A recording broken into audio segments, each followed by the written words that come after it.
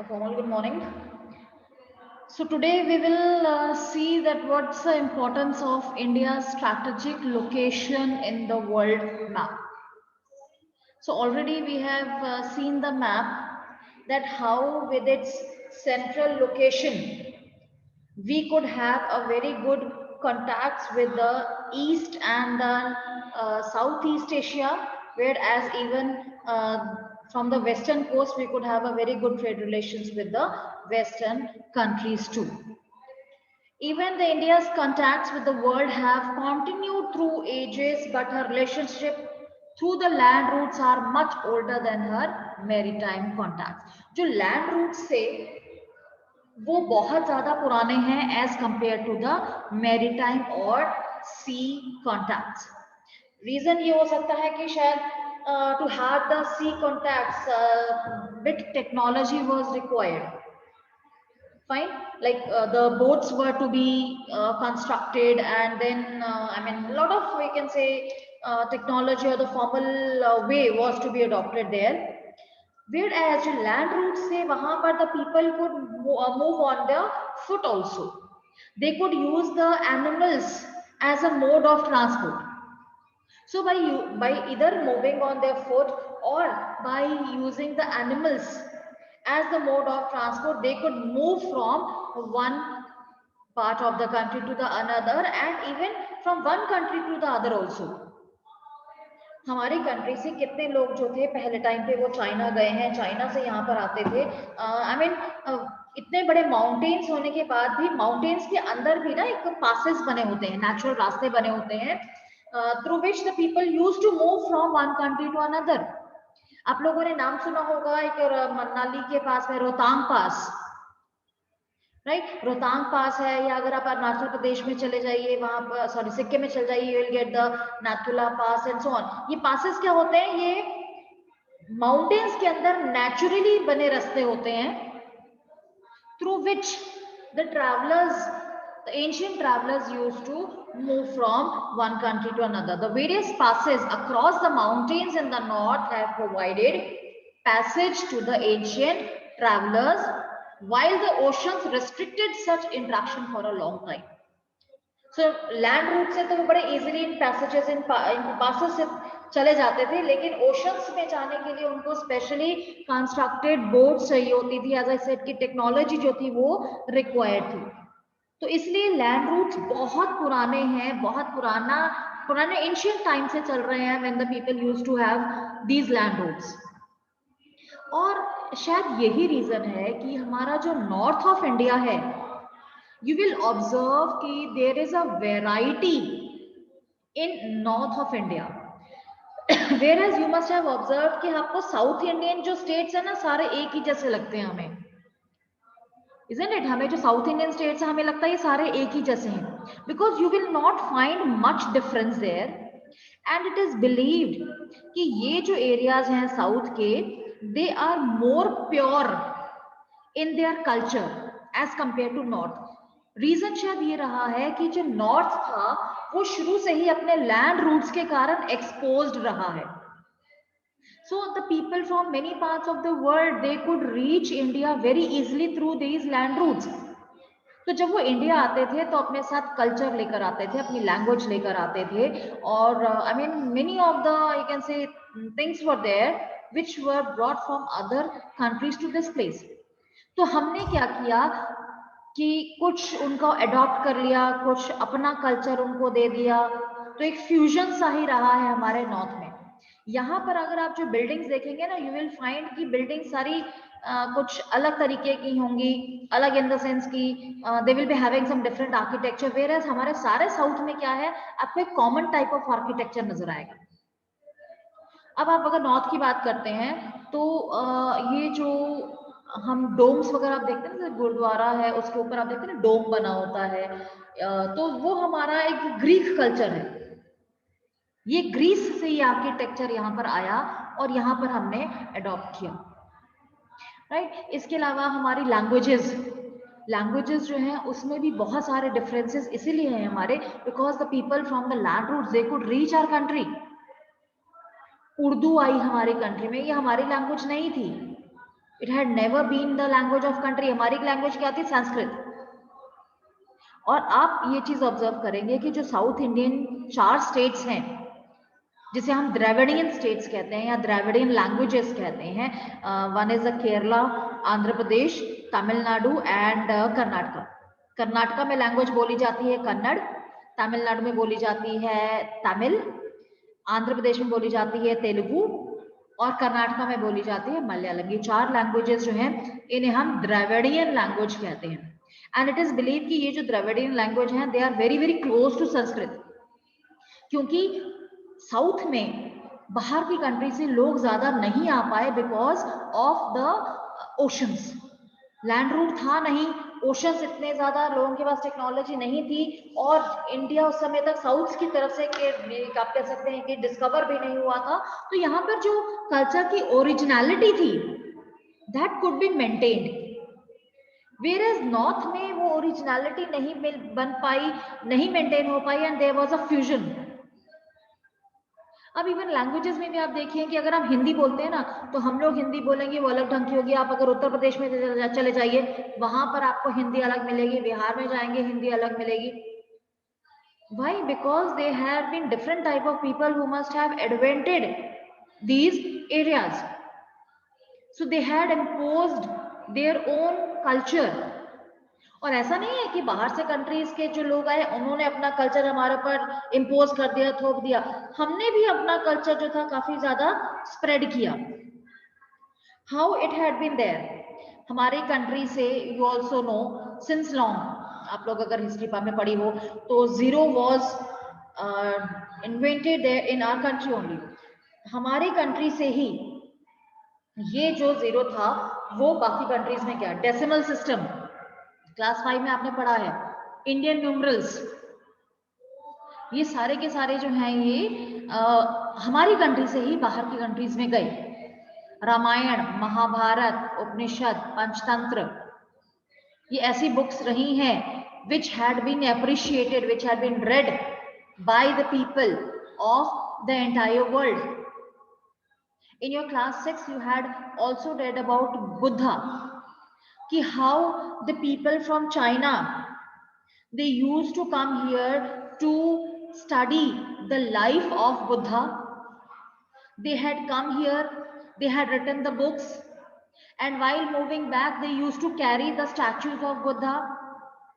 और यही रीजन है कि जो बौद्ध रिलीजन है वो स्टार्ट इंडिया में हुआ, लेकिन इस समय इसके जो फॉलोअर्स हैं वो बाकी कंट्रीज में ज्यादा है, इंडिया में कम है। चाइना, भूटान, श्रीलंका, इंडोनेशिया, जावा, सुमात्रा, ये ऐसी कंट्रीज हैं जहां पर बौद्ध रिलीजन जो है दैट इज देयर, राइट, बहुत ज्यादा वो स्प्रेड है। That could be there only because of the you can say because of these land routes. So because of these routes we have contributed in the exchange of ideas and commodities.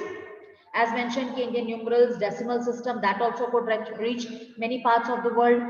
और वहां से हमारे पास Roman style of architecture है, या आपका Roman numerals हैं, right. जो हम लोग न्यूमरल्स यूज करते हैं ना उसको हम लोग अरेबिक न्यूमरल्स कहते हैं, और एक रोमन नंबर्स होते हैं जो आपको अच्छे से पता है कि I mean what the Roman numbers are, जो अल्फाबेट की इसमें हम लोग लिखते हैं, राइट। सो इसके अलावा कितना सारा मटेरियल, कितना सारा सामान ट्रांसपोर्ट होता था, लाइक स्पाइसेस, जो मसाले हैं। हमारी कंट्री जो है दैट इज, उसका जो वेदर क्लाइमेट है ना that is very good for the spices.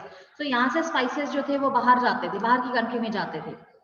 Muslin, muslin जो है एक तरह का कपड़ा होता है, राइट, वो ज्यादा बनता था बांग्लादेश में, जो आज का बांग्लादेश है, पहले Bangladesh was a part of our country only, right. So वहां से भी सामान जाता था। कितना सारी चीजें जो थी, इंडिया का cotton that was very famous in the world. और चाइना से सिल्क आता था, आपको याद होगा ना सिल्क रूट के बारे में आप लोगों ने क्लास 6 में पढ़ा हुआ है। So we used to have the silk from China, और जिस रूट से वो सिल्क हमारी कंट्री तक पहुंचता था that route was known as the silk route. Apart from this, as mention, the influence of Greek sculpture, architectural style of dome, and migrates for West Asia. These can be seen in our different parts of our country. और एक जो आप लोगों ने note किया होगा, आप लोगों के घरों में जो ड्राइंग रूम्स है ना, कई घरों में, कईयों में शायद नहीं भी होगा ऐसा, कि ड्राइंग रूम से जो दूसरे रूम है आपके, उसके बीच में जो वॉल है उसको आपने आर्क शेप दी हुई है, थोड़ा सा गोल सा होता है ऊपर से, that is a arc, and that is a Roman style of architecture. वो भी हमने इंडिया में लिया है. जितने हमारे पुल बनते हैं ना, ब्रिजेस बनते हैं, उसके नीचे जो स्ट्रक्चर बना होता है, that is always having the arc. Arc जो होते हैं वो बिल्डिंग को बहुत ज्यादा स्ट्रेंथ देते हैं. सो ये हमने लिया रोम से, रोमन स्टाइल ऑफ आर्किटेक्चर से. सो this strategic position of the country had been very, very important for the country. It had been a very, very beneficial for the country. और इंडिया की पोजीशन अदरवाइज भी ऐसी है कि हमारे इतने सारे स्टेट्स हैं आसपास, और यू आल्सो नो कि we are having 28 states and 9 union territories, right. ये रिसेंटली जो 31 अक्टूबर 2019 को स्टेट हमारा जो था, that was bifurcated and that was converted into the union territory, that was the Jammu and Kashmir, right. तो अब लद्दाख और जो जम्मू है ये दो यूनियन टेरिटरीज बन गई हैं, and it is not state now. Otherwise वैसे जो जम्मू एंड कश्मीर है, that has got the status of state also and union territory also. जो जम्मू कश्मीर है उसको स्टेट का भी स्टेटस मिला हुआ है और उसको यूनियन टेरिटरी का भी मिला है. जैसे कि दिल्ली जो है वो एक यूनियन टेरिटरी भी है and that is also the state. वो एक स्टेट भी है और एक वो यूनियन टेरिटरी भी है. तो उसमें क्या होता है कि उस एरिया में चीफ मिनिस्टर भी होता है, और being a union territory, right, that state that has also the governor which is directly appointed by the president of India,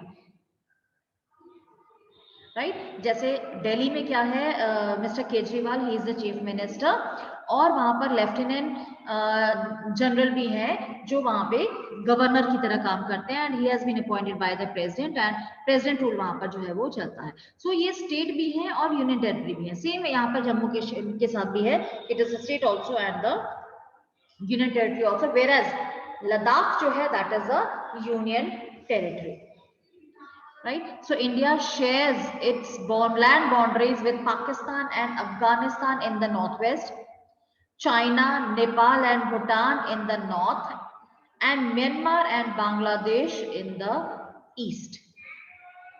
So you will underline this. इनके जो हमारे neighbors हैं, in the northwest we have Pakistan and Afghanistan. Then in the north we have China, Nepal and Bhutan, Myanmar and Bangladesh in the east. और south में भी also know that हमारे पास दो island countries हैं, one is the Sri Lanka and other one is the Maldives, right. ये आपकी location है यहाँ पर. I just first will cover it up, फिर हम स्टेट्स पे आएंगे. श्रीलंका एंड मालदीव्स जो है, यू कैन सी हियर, ये रहा Sri Lanka and this is the Maldives. ये आइलैंड ग्रुप्स हैं जो हमारे इमीडिएट नेबर्स हैं. Sri Lanka is separated from India by a narrow channel of sea formed by the Park Strait and the Gulf of Mannar, while Maldives Islands are situated to the south of Lakshadweep Islands. यहाँ पे आप देख सकते हैं लक्षद्वीप है, और यहाँ पे साउथ में you will have this Maldives, right. और ये जो है इंडिया और श्रीलंका अगर आप देखेंगे तो यहाँ पे एक वाटर बॉडी है, बड़ी नैरो सी है, आपको इन दोनों के बीच में नजर आएगी. अदरवाइज हम लोग को क्या लगता है कि शायद ये कनेक्टेड ही है, इंडिया और श्रीलंका कनेक्टेड है. आप ये देखें कनेक्टेड नहीं है, यहाँ पे एक छोटा सा ना गैप आता है ये सेंटर में, that is a Palk Strait. That's a very narrow channel of sea and it is known as the Palk Strait which separates India and Sri Lanka. So India, as mentioned, it has a very strong geographical and historical links with her neighbors. हमारे neighbors के साथ भी हमारे बहुत अच्छे links हैं. नेपाल है, it used to be a very good friend of our country. Bhutan है, इसके relations अच्छे हैं. No doubt चाइना के साथ हमारे थोड़े से relations जो हैं वो थोड़े sore हैं, but we are very sure that very soon we will be in a position to develop a very good relations with this country also, right? So here you can see the states. ये आपका नया map है which is having the different states, right? यहाँ आप देख सकते हैं आप लोग, ये रहा लद्दाख, ये लद्दाख और जम्मू एंड कश्मीर जो है. तो जैसे मैंने बताया कि लद्दाख कंप्लीट यूटी है या यूनियन टेरिटरी है, whereas Jammu and Kashmir union territory भी है and it is also a state. So yeah, these were the two formed union territories. So when you are filling the map, so you have to say fill all the union territories also, right? So here we come to the end of the chapter, right? And I hope the things are very much clear to you people.